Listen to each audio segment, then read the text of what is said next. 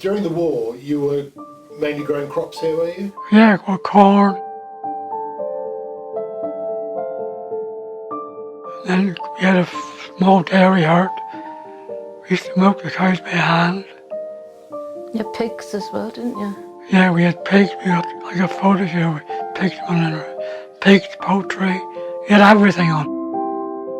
Nearly every farmer had nearly everything, for crops. A lot of the women used to do the poultry, and we had quite a lot of chickens here one time.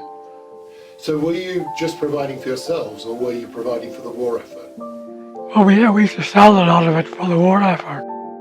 Every farmer had to put in so many potatoes, so much grain. You had to be more or less independent. And, they were encouraged during the war to work on the farm. The schools weren't quite fussy if you was working on the farm. So you could afford to miss a few days school? Well, we did quite often. What did your dad do during the war, do you know? Farming. He didn't have to go into any services or anything because he was, well, an only son, but he was the farmer, so the farmers didn't have to go. No. But they had a big job on the farm during the war, didn't they? Well, yes, I imagine it was very difficult. Because I think they had a certain amount of crops they had to grow to. Yes, potatoes and whatever.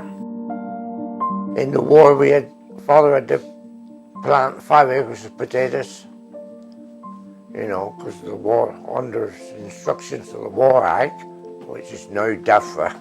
The War Act made farmers do this, food for the country. People, make sure there's food there to feed the population. Where did they used to store the spuds? I stored the spuds in here. The spuds would be beside that beam. Yeah. And I think I'm almost certain the German prisoners, I know they did come, a lorry load of them, picked up the potatoes. Yeah. So where did they come from? Exeter. Yeah. So how was he farming in those days? Because there wouldn't have been tractors and machinery. No, horses, two-cart horses, yeah. They used to plough them out with like a single furrow plough and pull the log, and the spuds would come out and they'd pick them all up, yeah. And that would be the German prisoners? Yeah, what sort of German prisoners, yeah. And none of them tried to escape? You never found them hiding in the barn? No, they love the British. Yeah, they didn't want war. Hitler wanted war.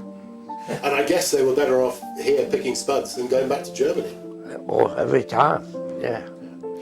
And tell me about your dad, because during the war he spent a lot of time in London, didn't he?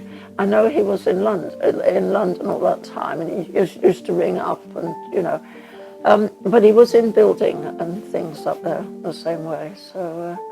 So what was he doing? Was he repairing war damage, or what was he? Well, he would have been advising on repairing things, houses smacked down and people with nothing to get into or something.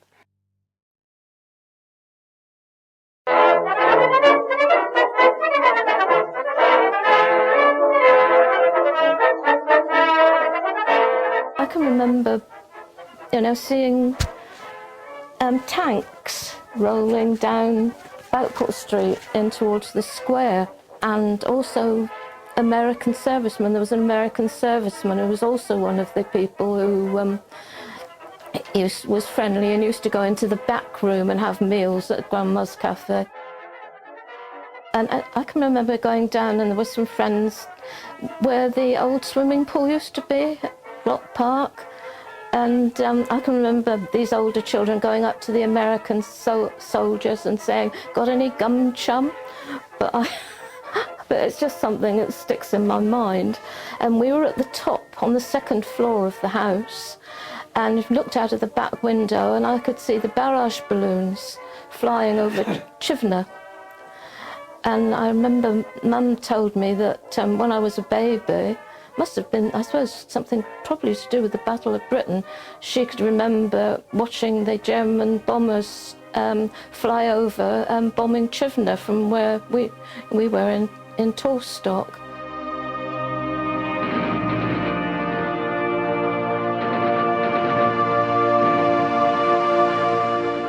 And your dad had an interesting backstory. He fought in the war, hadn't he? Yeah, he was out in India, that's right, yeah. Yeah, because like I say, he worked on this farm out Chillamalt, called the Firs, I think it was.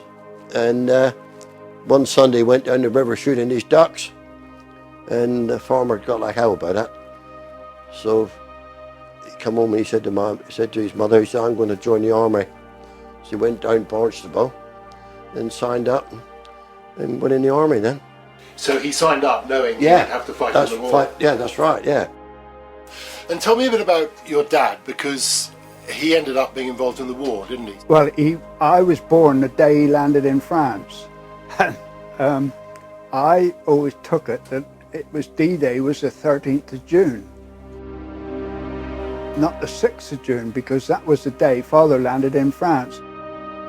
His boat broke down off the Isle of Wight when they left at the 6th of June, and they didn't get to France until the 13th of June. But funny enough, they were supposed to be the advance party, and all of them were wiped out, the ones that took over his place. And all I know then that he went, they was in Arnhem trying to get the soldiers back out of Arnhem again. He got the ducks, he was driving ducks most of the war, and brought them back across the Rhine.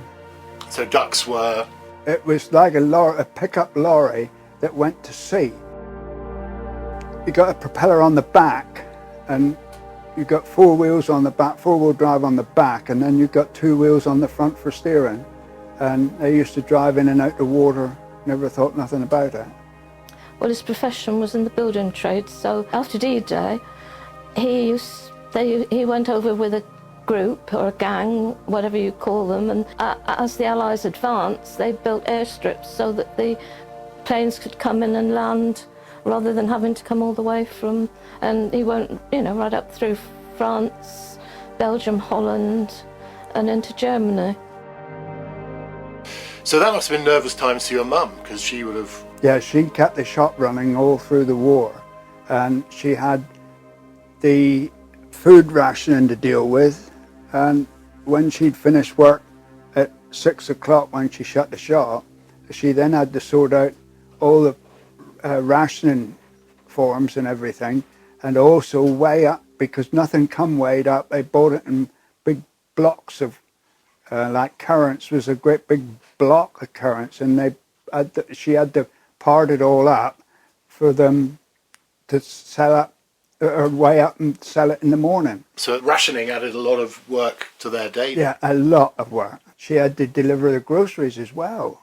It was only her on her own, and she had to deliver the groceries in the van, and she couldn't drive when the war started, and she had to teach herself to drive because they didn't have no driving tests or nothing like that in those days. I love the idea of her having to teach herself to drive. As soon as Father come back, she virtually gave up driving. She didn't drive afterward.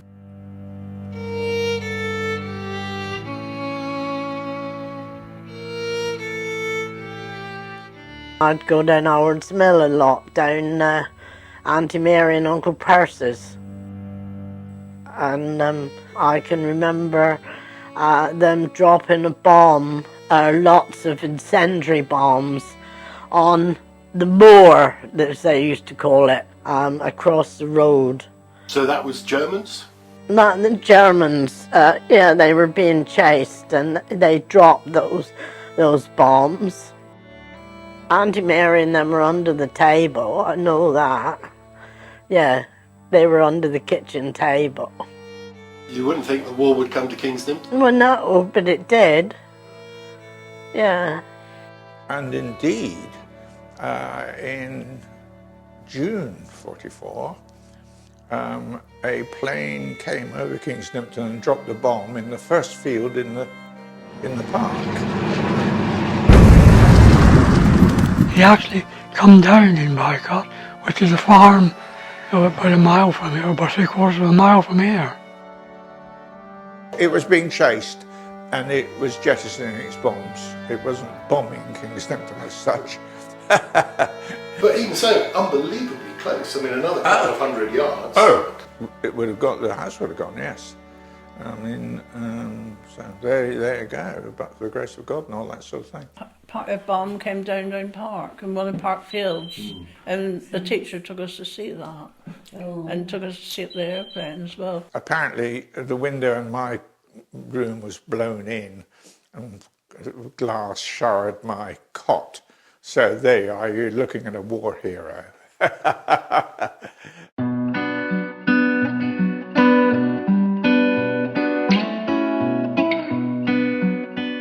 I do remember my father had a Sten gun, which he was very proud of.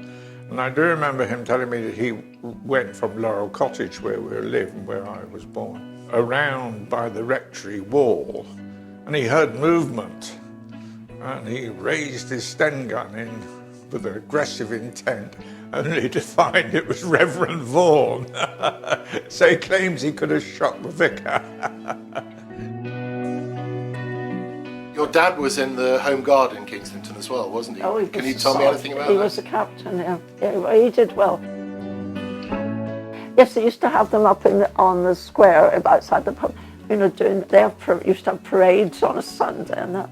Well, that entailed turning out on parades and so on, and he did tell me an amusing story, which I assume is correct, is that they were told to assemble at the church hall, where they would be addressed by the captain, who was the Reverend Vaughan, and he arrived and told them that they had to go up to Horridge Moor, just north of Cholmondeley, where a supposed German parachutist was hiding.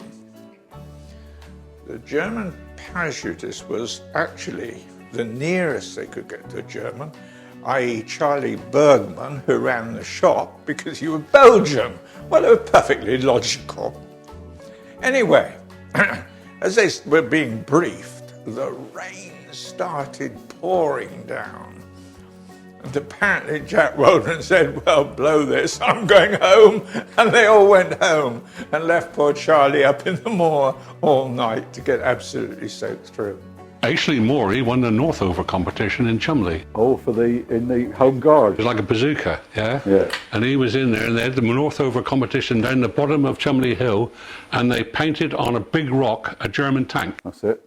And Ashley was there, Fred said, I was there myself, I've seen it, I can vouch for it. He said, Ashley had the thing like that, and he moved to one side and accidentally let it off. He shot the German tank right smack in the middle. He said he won first prize. And Ashley, that was his main contribution to the war effort.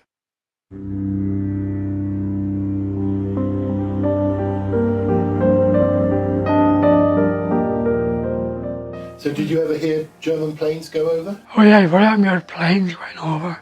You know, every day you could hear planes, even the night as well. Certainly when I was a boy, I mean 46, 48, one was used to seeing huge numbers of Lancasters and whatever going over, 50 at a time.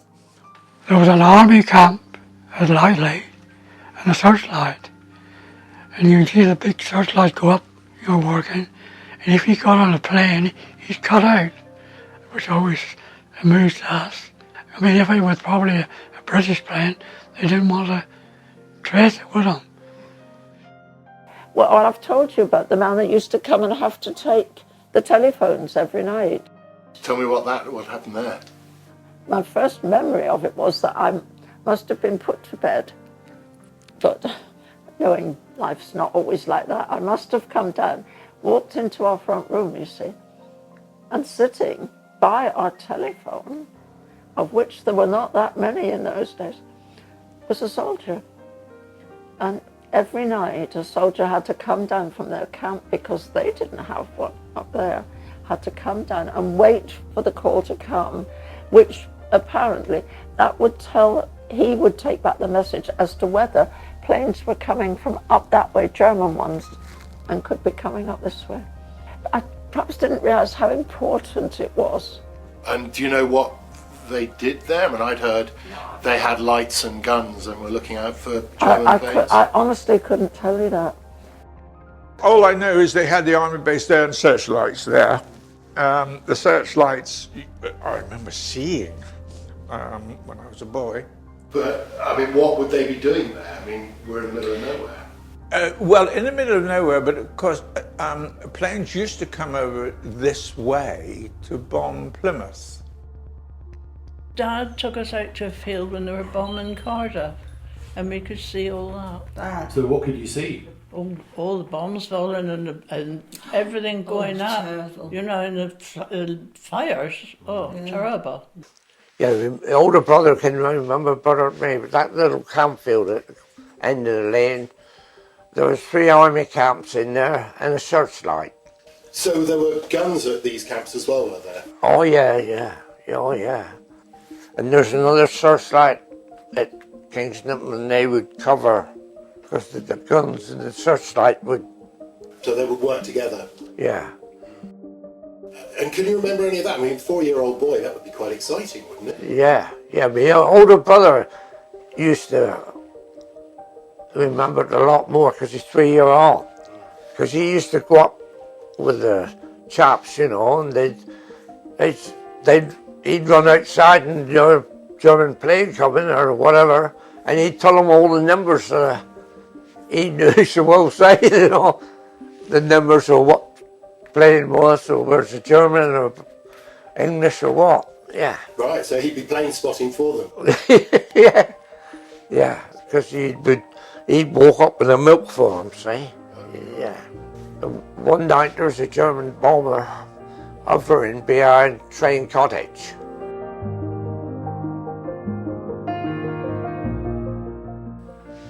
And they got the gun on them, but they couldn't fire because of the cottage.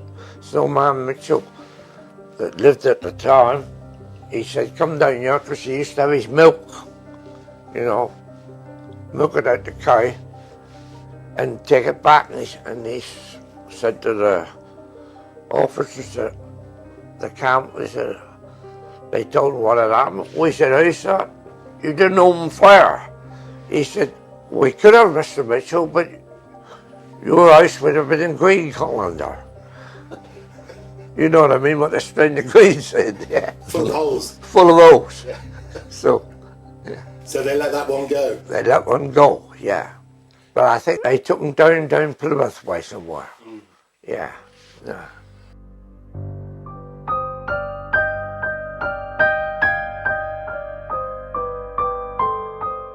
I was born at Laurel Cottage, yes. And I was right there, and we had our evacuees down there and everything. I was 3 or 4. Elsie and Doris, they were called. Laura, what do you remember about the evacuees coming? Well, I remember a lot of them. There was Hudson's used to be with Winnie Eyre, Bill Hudson, and there was one. Bill Hudson, God, I know him as well. Bill was evacuated with Auntie Wynne and Uncle Bart Eyre at the dairy. And so where did they come from, do you know? They come from Erith, I think, in Kent. So how old were those evacuees? Older than you? Well, they were old. They must have been 14, 15, I should think. So it was a bit like having older sisters? Yes, yes. And they used to get in bed. Dad used to be out with the home guard, and they were scared, and they'd all get in bed with Mum. And you'd be in there too? I'd be in there too, yeah. Quite a full bed? Yeah. How old were you when you came here first? 6 when I came down. That's my mum. And that's me, Christine. I'm laughing, curly hair. That's me and my sister. That's me, and that's Joyce. They didn't know what us 3 children were like. No. We could have been little devils, but obviously we didn't wasn't. mind that. But it was absolutely beautiful. It's there all the time, and I'm honest. I've never forgotten it.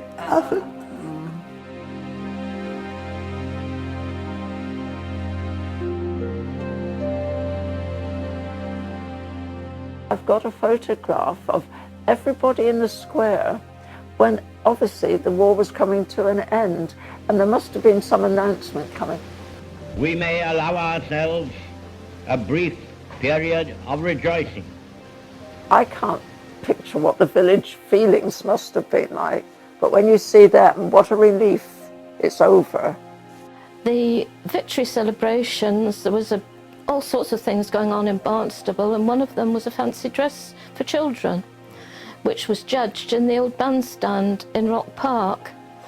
And I've still got the pictures. I was dressed up as a snow girl, all sorts of things, and holding a big cotton wool snowball on my hand. I must have been 5 or 6, I suppose, at the time. And Mum was always very cross because little boy Blue got first prize and I only got second. And after that there was a big tea party for all the school children of Barnstaple in what is now the Queen's Hall or the Queen's Theatre, but then it was a British restaurant. And I got the photograph of that with me standing up on a chair at the end in my fancy dress and my school teacher proudly holding my hand and standing beside me. Saying it should have been her. Yeah, exactly. So can you remember when your dad came home from war? No. All I know that we were one of the first to have fairy lights on the Christmas tree because Father brought them home from Holland. It was old-fashioned things, but and we had them for years and years and years. I can remember that. When Dad was demobbed, he got a job as a representative for a building company or a building supplies company in Bideford, and he got a company car which was, well, a little Morris 8 it was, DLG 804, I can still remember the number. There were just 3 cars up on the whole of the estate then at Woodville. He took us to Lynmouth once and we had to get out and push it up the hill because it couldn't make it up the hill.